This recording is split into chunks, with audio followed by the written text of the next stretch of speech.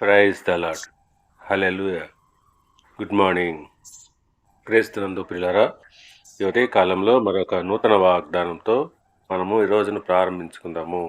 ఈనాటి దేవుని వాగ్దానము లూకాసు వార్త 12వ అధ్యాయము 28వ వచనము.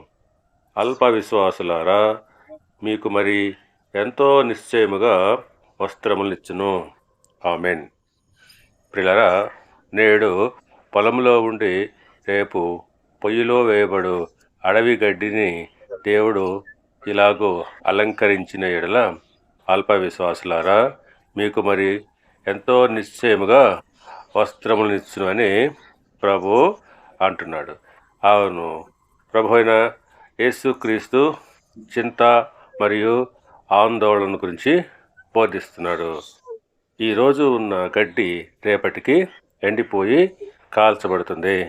అయినప్పటికీ దేవుడు దానిని అందంగా అలంకరిస్తున్నాడు. అలాంటిది దేవుని స్వరూపంలో సృష్టించబడిన మనుషులను ఆయన ఇంకా ఎక్కువగా అలంకరించును.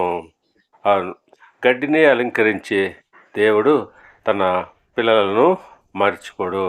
కాబట్టి చింతను విడిచి విశ్వాసంతో దేవుని పైన ఆధారపడదాము. దేవుడు మిమ్మల్ని దీవించి ఆశీర్వదించి వర్ధిల్ల చేయును గాక. ఆమేన్.